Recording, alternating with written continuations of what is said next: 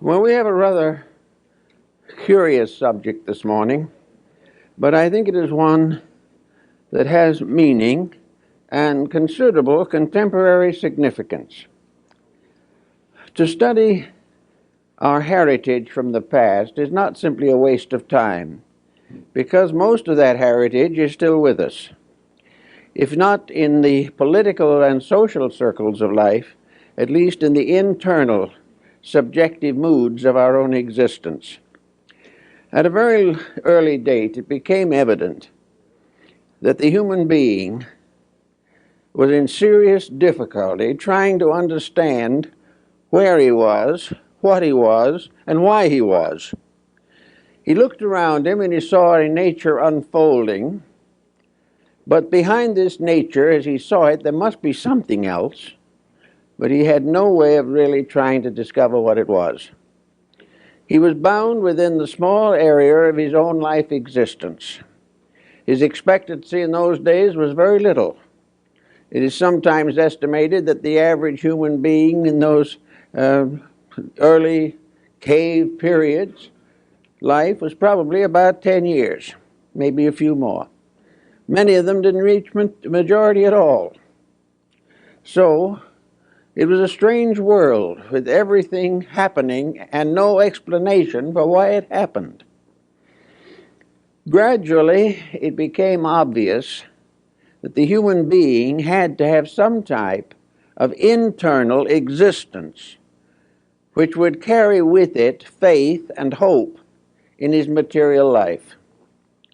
Gradually, we find the rise of various beliefs, probably some of the earliest sort of shamanistic, the belief in spirits and ghosts, all this type of thing. All these believings came not from a carefully studied or planned exploration of nature.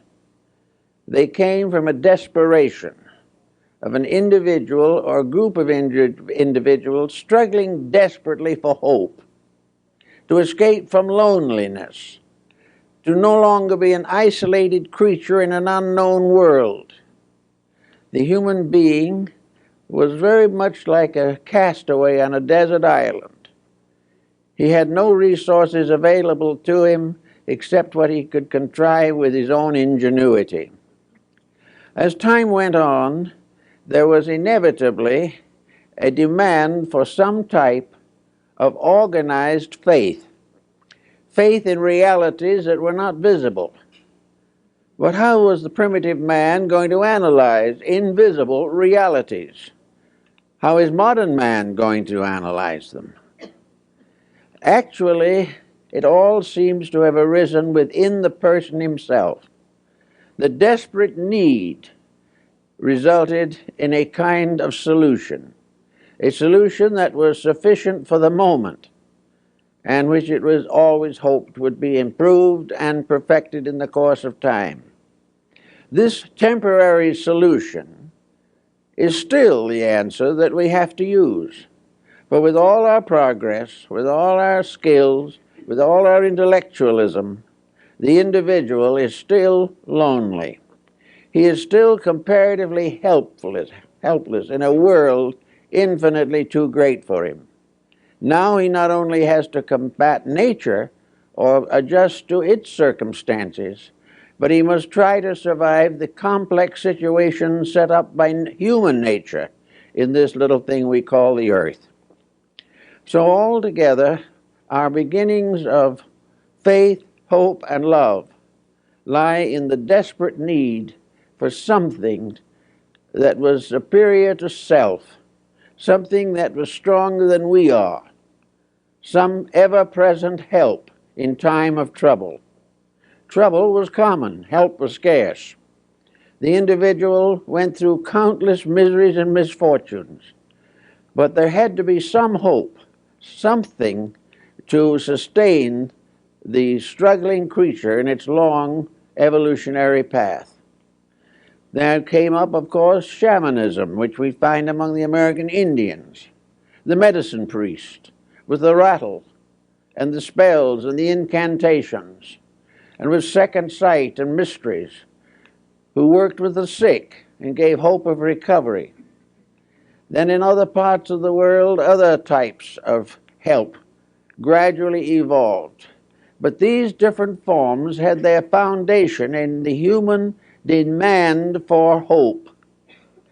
And the only way he could find hope, apparently, was through a strange contrivance with familiar and apparently hopeless elements. The American Indian in the Southwest, for instance, was very much concerned with creating charms, various good luck symbols, protective symbols.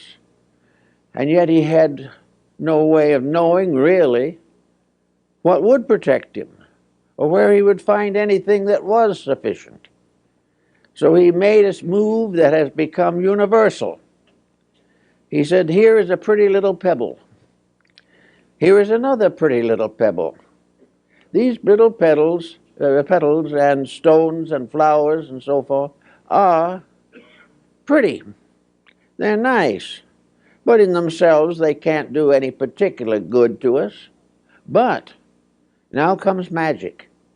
If we took two of these objects and put them together and tied them with sinew and painted something on them, they suddenly became medicine. Magic was bestowed upon a combination of factors, where it was not regarded as existing in the separate elements themselves. As a result of this, it gradually dawned on the human being that almost any combination of circumstances which he could contrive, if brought together, had a new meaning, a meaning that might contribute to his own survival. We know also that in most ancient peoples, there arose a class of medicine priests, of sacerdotal spiritual leaders. These became the foster parents of humanity. The simple people depended upon these leaders for hope. And it became obvious that for some mysterious reason, these leaders produced remarkable results.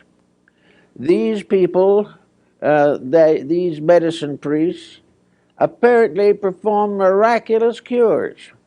And even today, on some of the Indian reservations, white people in trouble sneak over the border and try to get an Indian medicine man to help them. They have more faith in him than they have in their own physician. Now, these problems perhaps are well explained in the Bible, where we find the definite statement that faith has helped to make us whole. Something to believe in, something that has hope, is a source of physical help. It helps us recover from mental ailments, from emotional stress, and from physical disease. Faith is a tremendously healing power, the only answer we have to the destructive force of fear. So from faith came a great development of beliefs and ideals. These were not always provable or demonstrable, but that was not important. It wasn't whether or not you could scientifically sustain them. The real answer was that people accepted them, believed in them, deposited in them hope for the future, faith in the power of something to protect. As time went on and religions and philosophies became more complicated, it was inevitable that efforts should be made to rationalize faith, to bring it under the control of reason. It was apparent that if the mind supported the faith, it was stronger. And so we have all kinds of philosophies, mysticisms, esotericisms, and every type of intellectual interpretation of natural phenomena.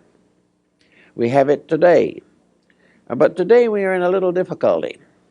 Knowing that faith basically is the very cornerstone of survival, we find that many forms of knowledge, particularly scientific knowledge, exist largely to destroy faith.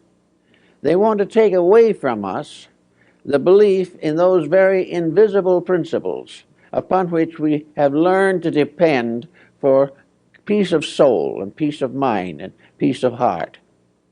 So in this confusion, a great many persons have lost their spiritual orientation.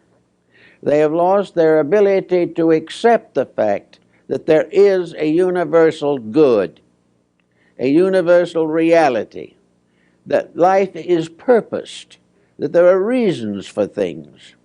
And as gradually the sciences limit perspective and force the individual into a constant acceptance of material things as the only realities, as this goes on, faith dims, hope fades away, and the individual is reduced to a state from which he escaped ages ago by rising above the level of materialistic, primitive existence. Now, in the course of all this problem, certain facts of human life became increasingly obvious, and these facts of life are perhaps somewhat summarized in our relationship with the mystery of death. It is a problem that the primitive man never could understand. He tried to dramatize this mystery. He tried to glorify it. He placed a treasury of art, beauty, and wealth in the tombs of his kings. He did everything to imagine that man after death lived in a beautiful land, but he had no way of proving it. He had no way of justifying it other than by faith. But this faith was so important, so desperately needed, that gradually a new type of interpretation of life was built upon faith, faith justified, not rationalized. It became obvious that there had to be some reason for existence. Materialism destroys that reason. Idealism supports that reason. And faith lingers and clings desperately to support, to something to make things better. Omar summarizes it in one of the quatrains when he says, "Strange is it not, that of those myriad few before us passed the gates of darkness through, not one returned to tell us of the way that to discover we must travel to." This pessimism was something that sickened. Pessimism is always a disease. It never amounts to anything constructive.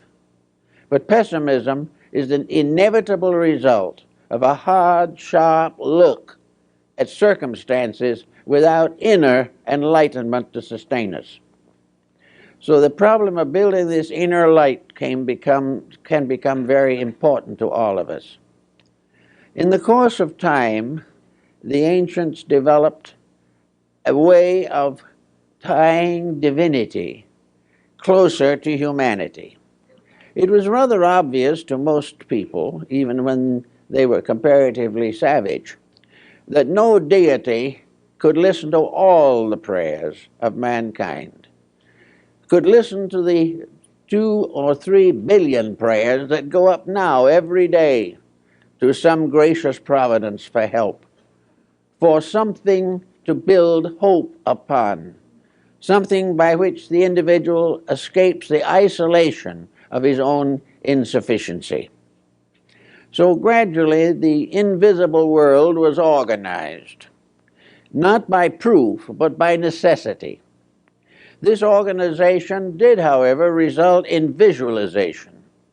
For the dreams that the individual had about the invisible world behind him and beyond him gradually came through in sleep patterns, resulting in an elaborate symbolism of inner survival. This is found in practically all the esoteric arts and sciences of antiquity that have descended to us. They have developed symbolisms of hope, symbolisms of survival, symbolisms of transformation, by which the suffering and ills of society can be transcended. In this particular phase of the subject, therefore, we have gradually enlarged the concept of God. We enlarged it in one way and reduced it in another. Certainly, we do not have the thousands of deities that arose in Oriental religions, but we do have a realization that there has to be something between man and God besides space. That this space, this interval of quality between our state and the divine state simply cannot be a vacuum. That in some mysterious way the divine operates in the mortal existence. And in order to operate, it must have some instruments of operation. So we gradually developed in ancient times a belief in tutelary deities, godlings of various kinds, deities of agriculture. The Romans had gods that lived under the kitchen floor to take care of food. The Egyptians had their deities who plowed the fields of Amentet after death. Everywhere there were godlings and spirits that came to help or to be present. Folklore is loaded with these concepts. Where did they come from? They were not really simply projects of imagination. They were the visualizations of hope, of faith, of the realization of a need, and an inner conviction that there must be somewhere something to meet that need. Now, we're talking about long ago, but we are not talking about things that no longer exist. The needs of our ancestors are still exactly the same as our own. We have made practically no progress in the area of the fulfillment of internal needs. We have gradually tried to assume that they did not exist. We have tried to limit existence to a single life. We have tried to assume that everything is accident and that all traits are hereditary. We do not have any solution to the great hunger of the human being for inner strength, for the power to meet the pressures of a world around him constantly betraying the world within him. In this emergency, we find, therefore, in every major religion of the world, a development of intervening deities, beings of various qualities that existed between the final ultimate theology and the common mortal life of man. In Christian philosophy and religion, these have generally been called angels or archangels. They were messengers of the divine. These, as messengers, became very important. They brought the legends and mysteries of faiths necessary to the fulfillment of spiritual realities. There also arose the negative counterpart of these. For as the messengers came from above to bring light to man, so below human beings rose to high degrees of spiritual development, and saints and heroes began to intercede for human beings before the throne of deity. So a network of intercessions was created, a network of hope finally more or less justified by a network of speculations.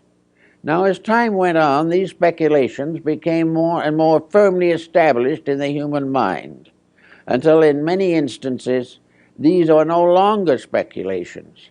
They are now traditional facts that have come to us through the wisdom of our ancestors. Now, maybe these facts are more factual than we like to realize, because actually our best instrument to discover the facts of things must lie within ourselves. It is our own insight that is the nearest to truth that we can ever have. We can't find this truth out in the desert somewhere unless it stimulates insight. Unless something comes from within ourselves, the larger work cannot be perfected. In some cases, we have the rise of various orders of deities, such as those which we find among the American Indians again. And even now, in their religious rites and rituals, the Ketchinas come from the mountains. And the human being wearing a mask and with certain ritualistic accompaniments is considered to be a temporary god. And this faith is still held firmly in the American Southwest. It is held in Asia among the shamanism of Mongolia. It is still held in many parts of the East, even among highly civilized and highly skeptical peoples. The belief, the realization of the mask cult is very strong and probably will be for a long time to come. I remember when I was up in the northern end of India towards Darjeeling, that a group of Tibetan dancers came down to give a performance for the strange visitors from afar. Among the dancers was a little boy, probably 5 or 6 years old. Everybody loved that little boy. He was so charming and had such a quaint way of living and thinking and wore the cutest clothes imaginable. He was like a doll to most of the people who saw him, who came from outside of India. Then came the time for the dance, and the little boy put on a mask with a grimacing face on it and decked himself out with some regalia and started to join the dancers. And in the course of the dance, this little fellow danced over towards the visitors, the tourists. They immediately scattered and hid. The moment the mask was on him, those who knew the little boy were still afraid of him. This is a subconscious situation that apparently we have not been able to cure even now. So the masks appear in Egypt, in the temple rituals. They appear in the dramas of Greece. They appear in the dances and mysteries of Tibet, Mongolia, and Bhutan. They are still used in Japan and China. They are found among the Incas. They were a part of the regalia of the Aztecs and the people of Central America. Masked dancers and costume dancers are still found in many parts of Europe. The whole situation is that with the change of perspective, where something that isn't normal or common is introduced, immediately there are strange inner acceptances. Something happens, and the individual is no longer oriented to the materialism which has gradually crept into his nature. Now, in the course of this same procedure, we have had a great roaming around of the mind in folklore, in emblemism, in symbolism, in alchemy, in Kabbalah, and many of these things, where the individual, using ordinary elements, placing them in new combinations, causes them to become revelations of something superior or more important. Now, in the midst of all of this, we come to the classic Greeks. And in the classic case, of course, the most outstanding example of something is the spirit guide of Socrates. Socrates had a spirit that was born with him, according to his own statements. And this spirit was called a daimon. Our word demon comes from it, but it is a use that was made after it was assumed that all these pagan deities were devils. Actually, the demon was not an evil spirit, but a friend, a guide, and a counselor. And wherever Socrates was in danger or difficulty, his spirit came to him.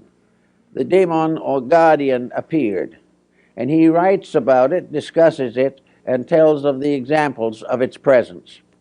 When, however, the time came for Socrates to die, when it was ordered that he take the hemlock and die of poisoning, he says that his spirit left him weeping. The spirit was no longer with him. Iamblichus, in his study of the mysteries of the Egyptians and Chaldeans, describes in detail these familiar spirits. And gradually we find more and more discussion of them, and Paracelsus, von Hohenheim, and many of the mystics of the Middle Ages recognized them. They were also recognized by the early church, that there was something that came along and sort of protected and helped and guided and became an invisible parent to a visible orphan not necessarily because he lost his family, but because he was an orphan as far as his inner life was concerned. He was as a child left without parent. He was alone in a world, and he needed mothering. He needed someone to lean on. He needed something to strengthen and protect him in his efforts to live a good life. And so out of this came the concept of the guardian angel. The guardian angel, according to the stories about it that have come down to us, came into birth with the person itself. The angel came and remained with the person throughout life. And then when the person died, the angel appeared to testify before the throne of deity of the virtues of the person it had protected through the years. Now, this concept was never officially part of the Catholic or early Christian church, but it was said to be of the mind of the church. That is, it was accepted. A feast day was set aside for it, and as early as in the 4th and 5th centuries, it was discussed by the early church theologians. The direct source of the concept may have been the various nymphs and spirits of the Greeks. Also, the various guardian spirits and beings that protected the Egyptian living and dead. The direct form of it seems to have originated in Chaldea or Babylon. But there is no religion in the world of any importance today that does not have angels. They are found on the Buddhist monuments and in the beautiful Buddhist paintings and in the various statuary. They are found in China, in India, in Burma. They were very important in Persia. They occur frequently in the literature of the Orthodox Jewish faith. They are part of the Christian story, and they find them arising wherever the human being has been in the urgent need of help. They are a very essential part of the basic philosophy of Islam. So everywhere there are the beliefs in these beings. Beliefs that there are beings that can help and can stay with the individual throughout life. These invisible beings are sort of guardians, protectors. They are foster parents.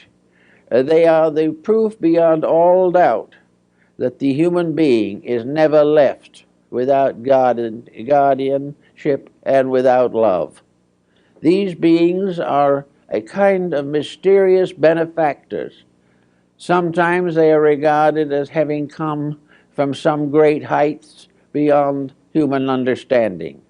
In the Christian and Jewish concepts, the angels are represented as winged because they are constantly able to travel inconceivable distances to fulfill the needs and missions. They are also bringers of annunciations. They are revealers of great spiritual happenings. They are the sources of visions and all kinds of spiritual experiences. The artists of the Renaissance and earlier have made some magnificent paintings of the guardian angels and of the angels of the presence. And the ancient countries believed that they had angels that guarded their countries. And it was long believed in the Jewish people that Michael, the archangel, was the guardian of Israel.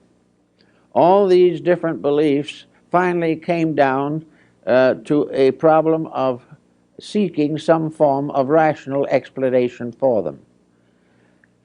To have a belief that goes all over the world, accepted by some of the world's finest minds, that is not provable or demonstrable in terms of fact is always a difficult situation to face. And yet it has not interfered markedly with the belief in these beautiful beings who are the particular custodians of the divine love, sharing it with mortality and bringing it into the world. The Egyptians gave us some psychological clues to this situation. And also we can come down now to the physical problems of today to see if we can understand the psychology behind this particular situation. Perhaps best expressed by one of the mystics of Europe, namely that where there is a great necessity, that it must be filled. It must occur if it is necessary. And where there is a great need for some form of spiritual security, it is certain that nature bestows it. The only thing is we are not quite wise enough or not open enough to understand what is actually happening. But here today we are in a world of lonely people. People who are losing faith in themselves, losing faith in their society. Fear is becoming one of the most common of all emotions. We are more lonely perhaps than any time in the last 2,000 years. But we remember the journey of man as described by Plotinus, where he said, life is a journey of the lonely to that which is alone. In other words, the individual goes to that which is the final supreme end of all existence, deity. And that deity in a strange way is also alone, having nothing to depend upon except its own internal eternity. So in this phase of the matter, it is natural and was natural throughout all the crowded and suffering periods of history for humanity to build some kind of an image of faith, of hope, of charity, and to gradually lean more and more upon this without really knowing what it was all about. And the proof of the existence of the guardian angel did come to a great many people. It came in strange ways. The fulfillment of prayer, the individual asking for help, depending only upon the help of the invisible, received that help. And as a result, it seemed inevitable that all this faith was real, that all these hopes and prayers and divine expectations were part of a divine plan and not a mirage arising in the human mind itself. Actually, of course, there is no doubt in the world that the great benefit of the belief in the guardian angel was the fact that it strengthened character, that it provided inducement for virtue, that it made it easier to understand, easier to bear burdens, and to realize that no matter what happens, or how often it happens, or where it happens, no one is ever alone. We are never less alone than when alone, according to one of the poets. So this fact that we are not alone perhaps changes the entire destiny of many individuals. They suddenly feel themselves to have a strength that is not their own, a strength that is supported by a divine edict, by a divine presence, by something like an invisible mother or father that walks with them, that stays with them all through life. This comes up also, of course, in our Medist Buddhism, where the pilgrim going on his journey of pilgrimage from one shrine to another wears a broad-brimmed straw or bamboo hat on which are the words that he walks with another, the another being the Buddha. So this another that is stronger than we are, and yet is with us, and is available to us night and day, anytime, anywhere, became the basis of a great deal of mystical experience. Mystical experience gradually bestowed upon this conviction dream and vision likenesses. Individuals saw these spirits. Paracelsus describes in detail all the nature spirits and the gnomes and the undines and the salamanders that ancients believed were the custodians of flowers and plants. The American Indian in the plains had his totems. He had an animal spirit that guided him. He had to go out and perform vigil and learn what animal was to protect him. And when he went in vigil and had a dream of an eagle, the eagle became his protector for the entire lifetime. And he prayed to it, and he recognized it, and he thought about it. And he knew that the strength of the eagle was his, as long as he kept the rules. Now this brings another interesting phase into the problem of the guardian angel. The effectiveness of this concept. This being that loved us would help always if we deserve it. Now this put a moral factor into the situation, which is perhaps a greater moral factor than any other that we have ever been able to conceive in the search for integrities. It is true that we believe in a large, remote way that the good life is the life that leads to salvation. But this is a very big thing, and we don't understand too much about salvation either. But what we do realize or feel is that if there is something that is taking care of us and loves us and will take care and protect us if we keep its laws, and this is all right in our own hearts, in our own houses, in our homes, everywhere where we go, there is an immediacy about it that seems to have a tremendous power of help. And of course, there's another factor in the concept of the guardian angel. This angel knows everything that we do. Therefore, we may think we can hide, but we can't. We cannot perform in secret any act that the guardian angel doesn't know about.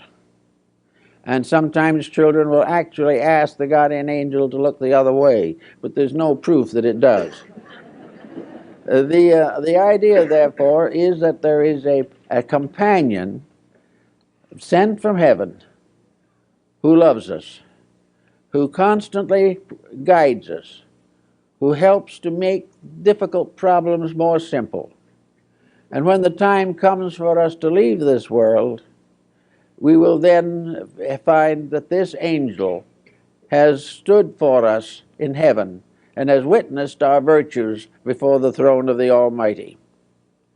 We find in Matthew, for instance, that Jesus makes reference to the angels when he says that these angels, that every child who comes into the world has an angel, and that when the time comes to that child to depart from this world, the angel intercedes before the throne of God.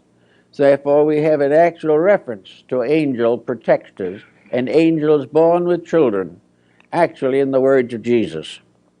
So these things become very interesting and very important in a strange and mystical way. Now, psychologists would explain it probably in the terms that we are now dealing largely with an aspect of our own subjective, submerged intellect, that we are really thinking out into the open things that we have believed or experienced within ourselves. Science doesn't notice, however, that that is also the way we build great buildings, cathedrals, churches, monuments. Every advancement of knowledge has come from somewhere within and has become a protector for some weakness on the outside. From the inner, we seek protection for the outer, and we also seek from the inner means of glorifying the higher. These trends and so forth finally emerged in the story of this mysterious being, and the philosophy or science of it, as it appears in its most complete form, is that each person who comes into the world has an invisible spirit that comes with it.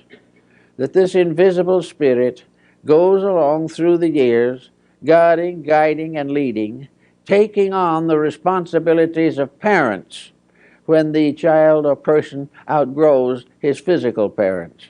And if for some reason the physical parents are not available or not useful or not concerned, the guardian angel starts serving even at the time of birth itself. And it never leaves during life. And it remains to the very end and guides the individual into the world beyond. In a sense, the guardian angel becomes, therefore, also the angel of death, the power that leads the person into the other life and bestows peace upon it in transition if its moral character has been correct. Now, it wasn't long, however, before the concept of the guardian angel began to have other aspects. If this good spirit was always with us and was always working for us, why do we do so many naughty things? Why doesn't the guardian angel keep us in virtue all our lives? Well, this is a question that theology has never been able to solve in the problem of creation itself.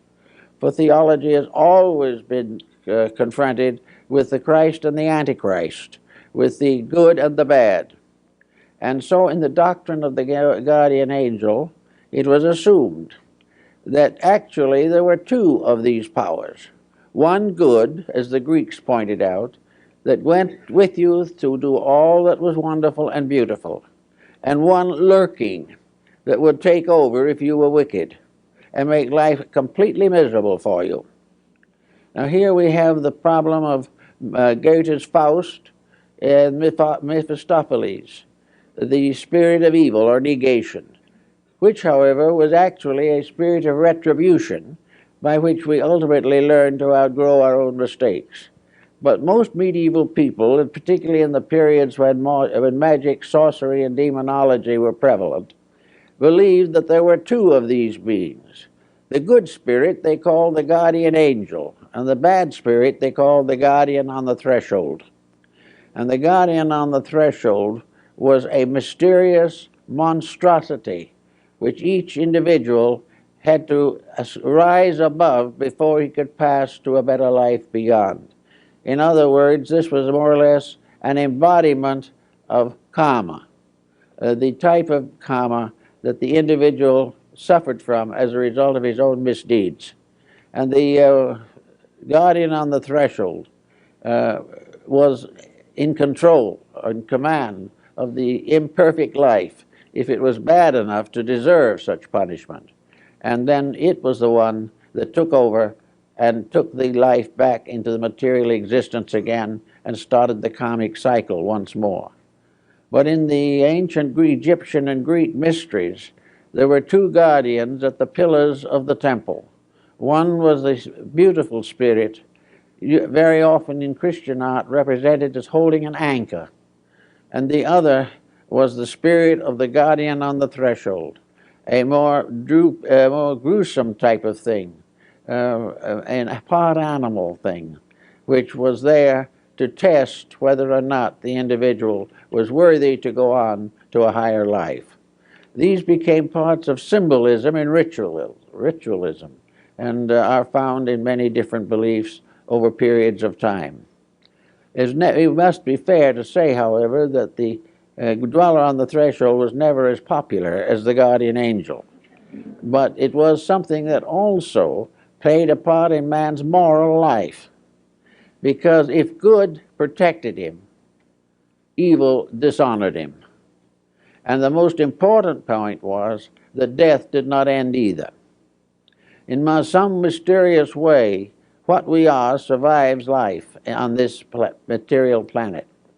Therefore, the idea that we could escape by becoming eternally unaware, if we would simply cease to exist, was something that the ancients couldn't contemplate without asking certain relevant questions. One was, if it is possible, or if it is inevitable, that we cease, then there is really no explanation for why we exist at all. There is no possible idea sensible to man that even in his own limited perspective he contemplates that would put a situation such as we have here and end it with oblivion. We can't imagine the long and painful years of living, the consecrations and dedications, the virtues and the vices, the values and the mistakes, that all ends in nothing. The human mind just couldn't contemplate that. It required a scientific education to be an atheist. Without that, you just can't make it.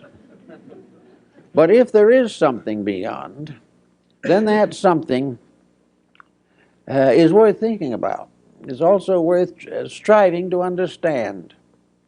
And in about the early 17th century, we had the rise of a great Christian mysticism, a mysticism which was gradually secularized, but which began undoubtedly in the early church itself. In this mysticism, there were contemplations and thoughts. We had experiences such as those of Emanuel Swedenborg. We had the rise of Spiritism in many forms, and finally of spiritualism itself. All these things were man reaching for hope. During World War I, a great many families were disrupted by the loss of a loved one.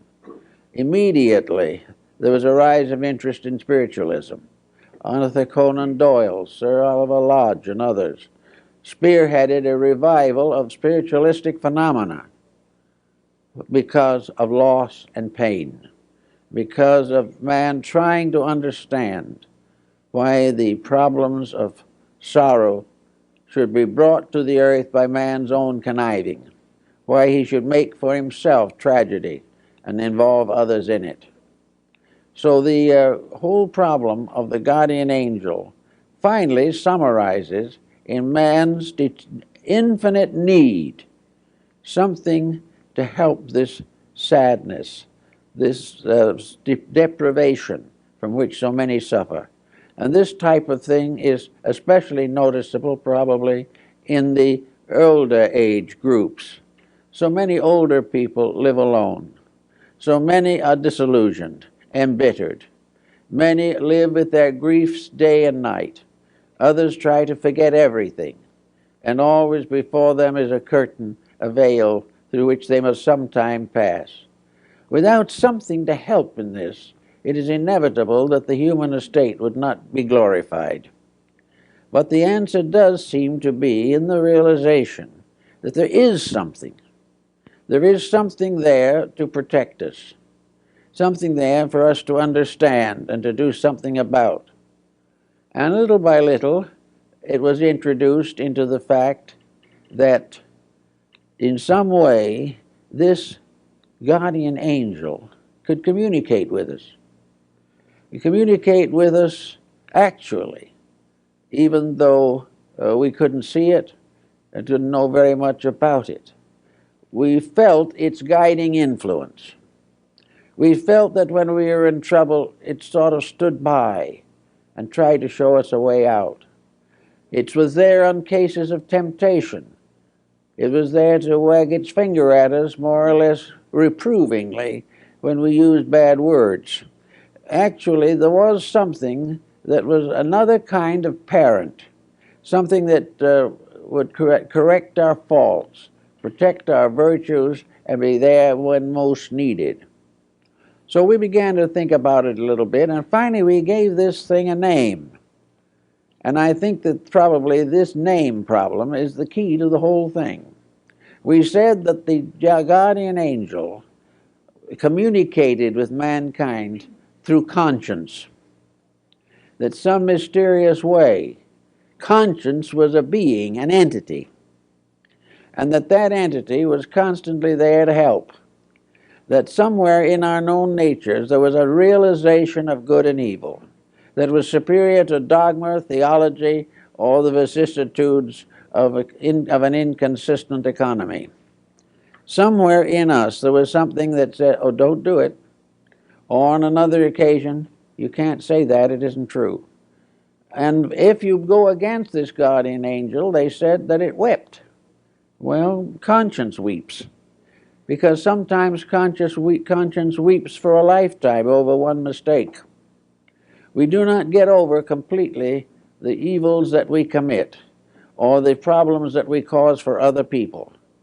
And we can't hide it from the guardian angel. And how could we hide it from our own conscience? Therefore, in many ways, it would appear that the guardian angel is a symbol and an embodiment of the power of the human soul. That in the soul is something that is born with us, that's with us all our lives, that grows up with us, and after death goes on to testify to us. This sort of made a bit of sense with some of the more modern constructive psychotherapists that in a mysterious way there was something, that there is something in each individual that is better than the rest of him. It is not fair just to simply call it God. It is too abstract. It is true that God bestows life and is the final source of all. But the good life seems to come to those who make certain additional contributions to their own salvation. The good life is for those who some way find a way of truth in the midst of all these difficulties. So the conscience becomes the symbol for, as it says in Hamlet, for conscience doth make cowards of us all. Every time we outrage conscience, we suffer. Every time we go against it, we regret it. And yet, in many cases, conscience is something we would love to forget. We wish we could go against it, because it interferes with so many things that we want to do. But what are the things that it interferes with? We now realize more and more that the things it interferes with are things that we should not do, and that the idea that it is simply a disciplinarian for no good reason, that it is a tyrant, simply cannot be sustained. It is also true that conscience is forever growing in a mysterious way, or appears to be. Whether it is actually growing is not so certain. Perhaps it is manifesting itself a little more all the time. Because things that we might have done at one stage of life without feeling a bad conscience become the source of conscience regrets if we grow older and commit the same actions. And if in any way the conscience does get adversely used, then we realize that there is a support in society for conscience, that conscience is tied into our legal codes, into our ethics, our morality, and all of our human relationships. It is tied into our sacraments and the qualifications of faith. It is bestowed in the problems of baptism, and it is with us in the last moment of extreme unction. The conscience is right there. And if we do really believe that it is there, and is our power of right, and is our ever-present strength in time of trouble, then it becomes a very valuable and important part of ourselves. Also, there seems to be some relationship between conscience now and conscience in the past. We seem to be born into this world on different degrees of conscience levels. Some have a higher standard of what is right than others. Some have one virtue, some have another virtue. And in religion particularly, the education of these virtues can be largely sectarian. Some religions consider virtues other things that we and other faiths believe to be vices. So conscience is related intimately to our own needs, our own degrees of understanding, our own insights into values, and the immediate problems that we must face on our own social levels. So let us assume for a moment now that conscience has become, say, the voice of the guardian angel. And it certainly can well be considered as such, because we know that these impulses arise, and we realize socially and other ways that when we go against them, there is trouble. Now, if we go against them, this other little problem of the guardian on the threshold will come into focus. Once we begin to deceive or corrupt our integrities, it becomes easier and easier. And false guidance comes to us. A false guidance which is largely the result of the pressure from the outside, so that we divide between the guardian angel and the guardian on the threshold in this way, that one, the guardian angel, represents the descent of spiritual grace. The other, the guardian on the threshold, is a false concept or false standard of integrity that is built upon the contamination by worldliness. So one is a contamination and the other is a regeneration. The contamination part becomes more and more common. But as we watch around us, we see that it is always a spirit of decline. It is always something that is destroying rather than helping. We realize how war destroys, how crime destroys, how degeneracy destroys. And we know that the appetites to these things do not originate in God, nor do they originate in the good angel or the guardian angel. They are the testimonies of the external sensory perceptions in cases where the individual has never learned to control himself.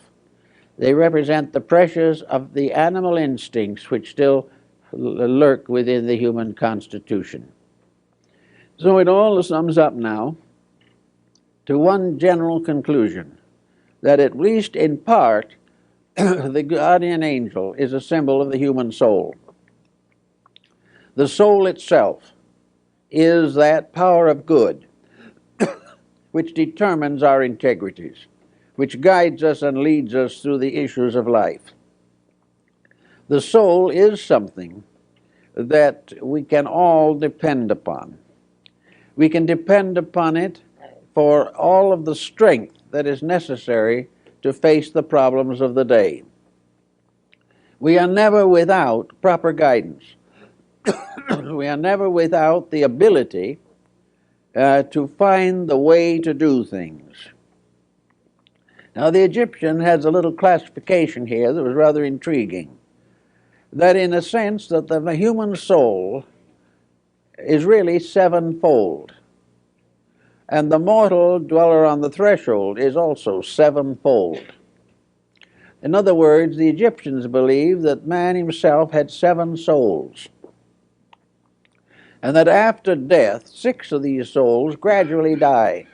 But the 7th soul is eternal and goes on to the next embodiment, is reborn, and continues to be the reborn guardian soul in the new life. The 7 souls of good represent the 7 cardinal virtues of the church. They represent the 7 integrities that are regarded as the basis of acceptability in the sight of God.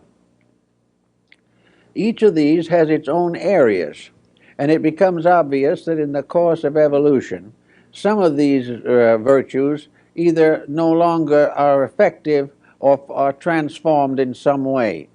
The lower virtues that belong to the physical life, of course, are the ones that die first, because we do not take them so far into the other life. We do not go against them, but we no longer need them. And finally, the radiance of the great soul principle itself absorbs the 7 degrees of its own nature and becomes a shining mystery, a spiritual planetarium in which the 7 stars of the ancients shine in the structure of the human soul. The soul, therefore, has its controls, its divisions, its subdivisions. And in some instances, the ancients believed that there were several guardian angels assigned to each person for various reasons. For example, supposing this person had decided to become a priest, the guardian angel would be therefore able to select a priestly guardian for that life. Another one wished to be an artist, and in addition to the natal daemon, as it was called, there was a special angel appointed to perfect beauty in the life of that person. All beautiful and good things come from beings and not from circumstances or incidents. That which is, as one ancient said, that which is great enough and strong enough to bring a man to his knees in the presence of a great painting is not dead, it is alive. Beauty is a living thing. Beauty is a part of the soul. All parts of the good in man are soul powers, and those that go against these soul powers lose or are deficient and gradually drop back again to a comparatively animal level of existence. The soul, therefore, is the substance of the good, the beautiful, and the aspiring. As we have said on some occasions before, when Stradivarius was asked how he happened to make violins, he replied, God made Antonio to make violins. And in this concept of the guardian soul, when the soul comes into life, it is supposed to have the power to select within a certain range what it will do with life after it gets here. It chooses its own career and faces the problems before they occur. And if he decides, like Stradivarius, to make violins, a great artist, a great musical muse, a great musical sibyl will come with him to guide him through his years. Not only because of his need, but this is a service performed by the guardian angels, because in their coming and helping the individual to fulfill his own greatness or his own needs, they are also contributing to the glory of the world and all that is necessary for the perfection of human endeavor. Whoever the guardian angel was that watched over Michelangelo served all mankind.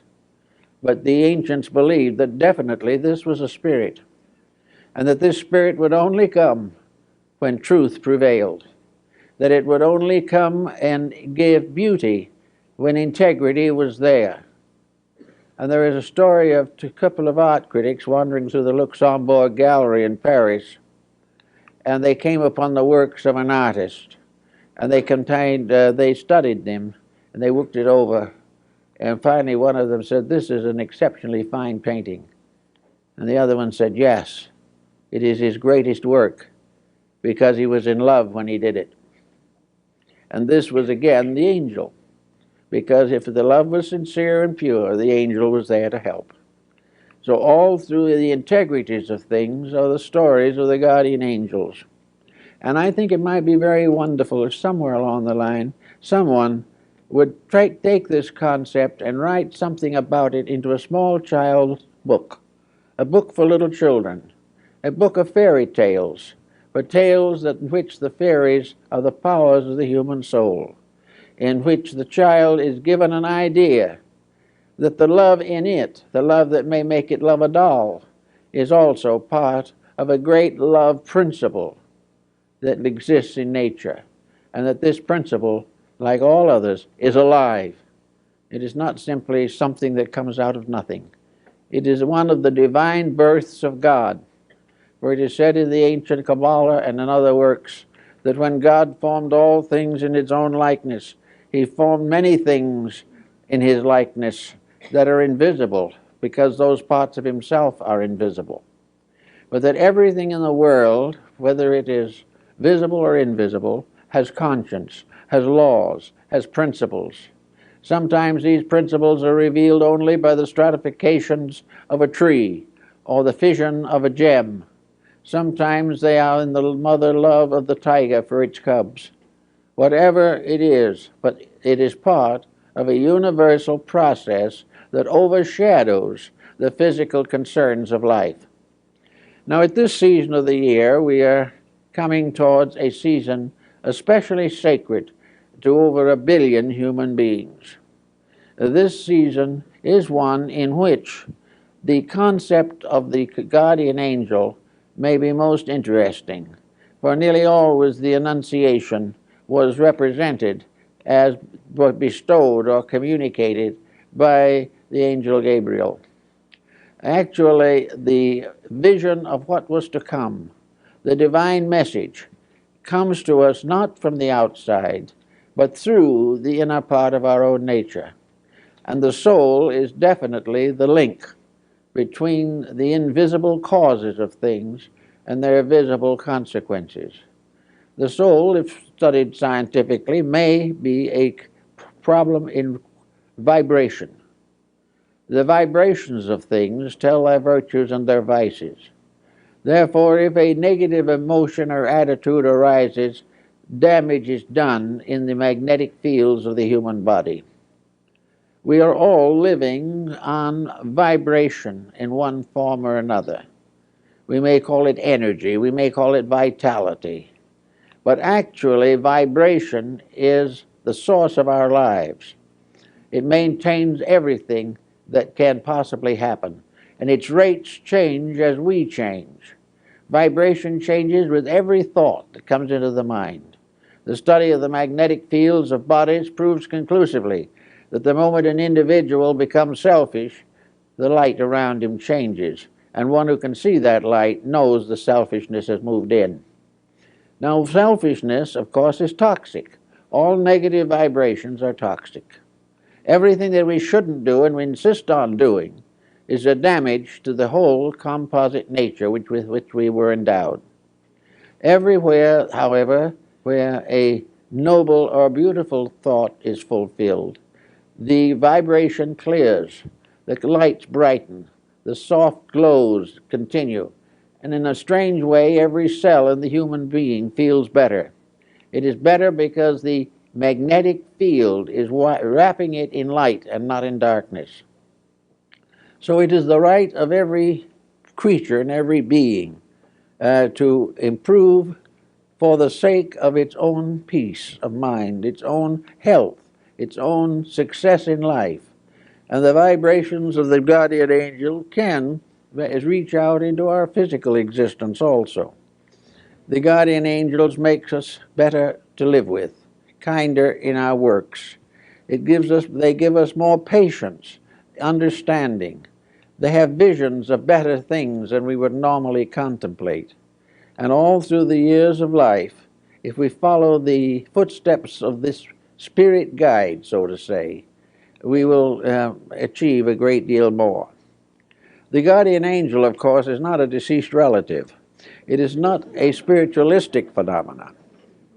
It is not something that simply carries on from the other side, a continuance of this material life. This is another type of spiritism entirely. The guardian angel is part of the causal nature of existence. It is part of the infinite plan in which we live. And so if we can, on these occasions, understand this, it may help us to also appreciate more completely the wonderful season of Christmas in which we are now coming.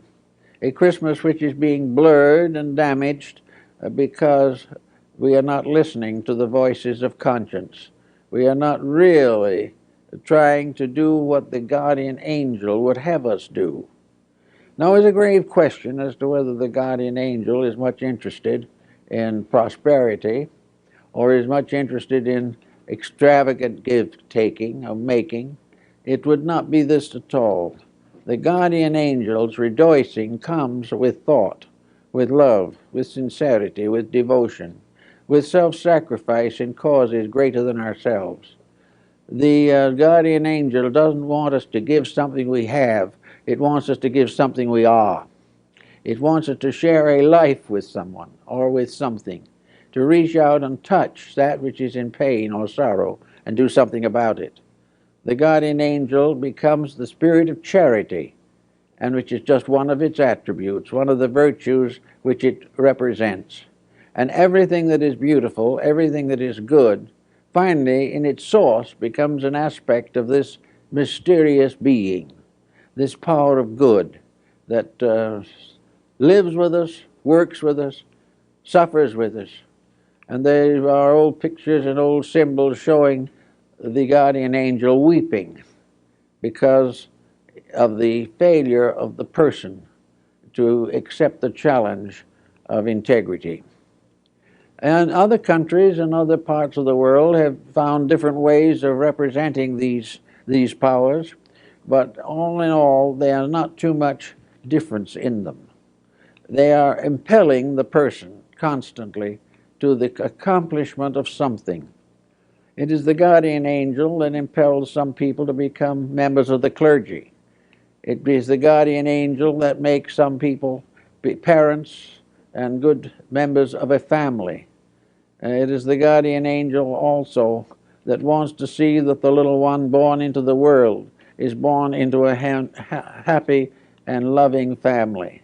It wants to have the parents feel its presence from within themselves.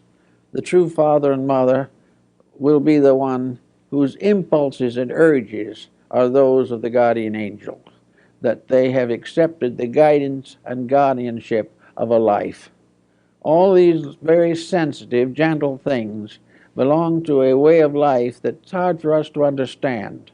And it's also very difficult for us not to assume that these things are antique or moribund, or that they don't exist anymore, that we're not expected to do these kind of things. They all belong to the past. Well, there are a number of ways in which the past, in a strange way, was more beautiful than the present. Now, we all know that in the great evolutionary course of things, the past was necessary, that we had to leave it behind. But there is no reason why any of us at any time should leave behind anything that is good that was ever in the world.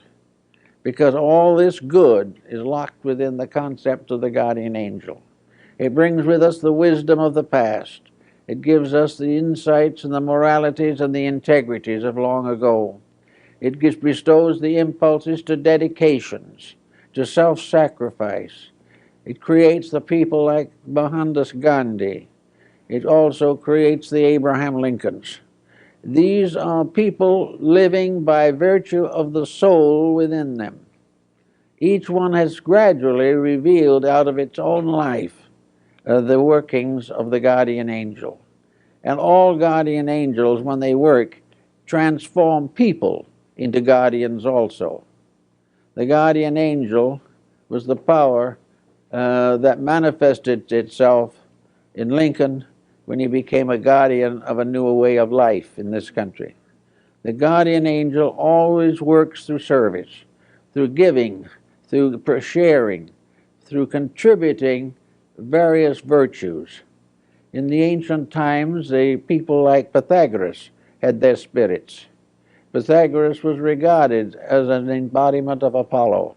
He also had an attendant muse that was with him. Each of these people, according to legends, were guided by mysterious beings that accompanied them.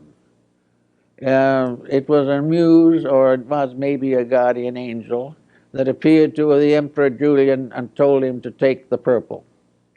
He only reigned for less than 2 years, but the angel told him that was his duty. Others have probably inspired men like Luther to retire into banishment and spend his life translating the Bible. But wherever there is a labor to be done, it is the progress of the soul in man that makes that labor possible. Growth comes from the soul, not from the mind or the body. And the growth that comes from the soul has always been regarded as the blessing of the guardian angel. So each person in his own way may have this wonderful being working for him and with him and by him in all of the works of life. We certainly realize that in a mysterious way, and according to the early church, when the Christian dispensation was fully established, that it gradually usurped the powers of the guardian angel. And one of the early church fathers said that the guardian angel of the whole world is now the Spirit of Jesus Christ. That the guardian angel have all given their authority to him. But on the other hand, the church admits that he works through the guardian angels also. They bow before him, but they still do his work. So there was this belief in the church, and it has continued to the present time, that man is never left without help. That even when things seem to be so bad you do not know what to do next, where tragedy seems to move in on every side, that there is not only help, but insight. Another virtue of the guardian angel is insight. Our tendency is to accept and reject without much consideration or thought. We do as we feel like doing, and we try to accept things as we feel about them and not give much attention.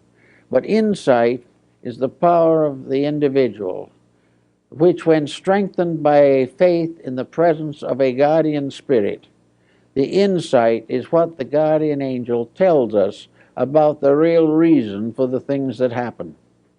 The guardian angel then gradually brings through conscience and through inner experience the realization that everything that happens to the individual is important.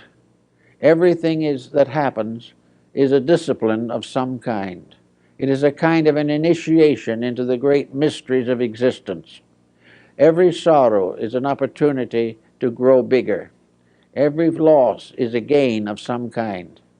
Everything we have is a challenge for use. Everything we lose is something to give up with graciousness and kindness. Every friend is to be cultivated.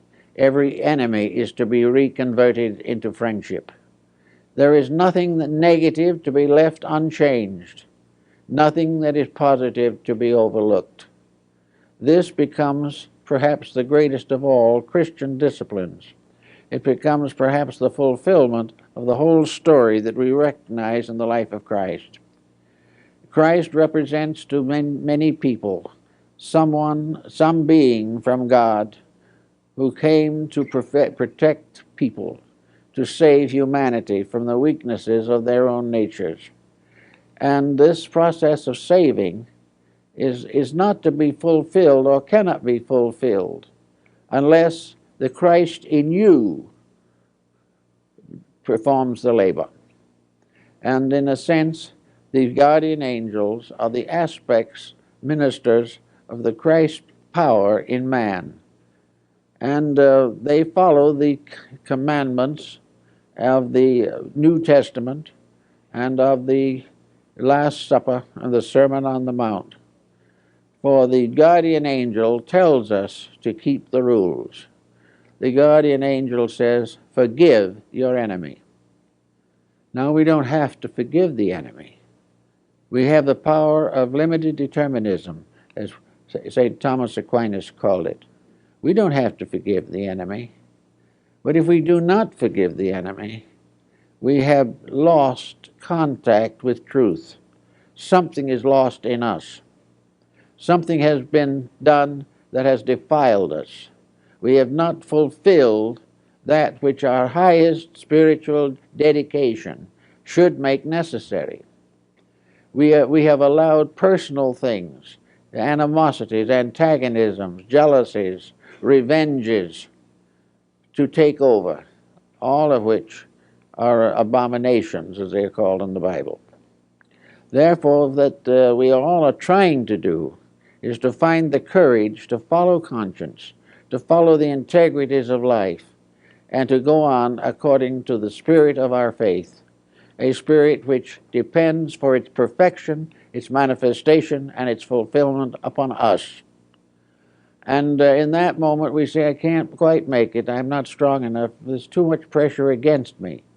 I'm just not big enough to do it. I'm not strong enough. I'm not wise enough. I haven't enough insight to forgive this person who has injured me so long. I can't get over the grief or the grudge or something of this nature.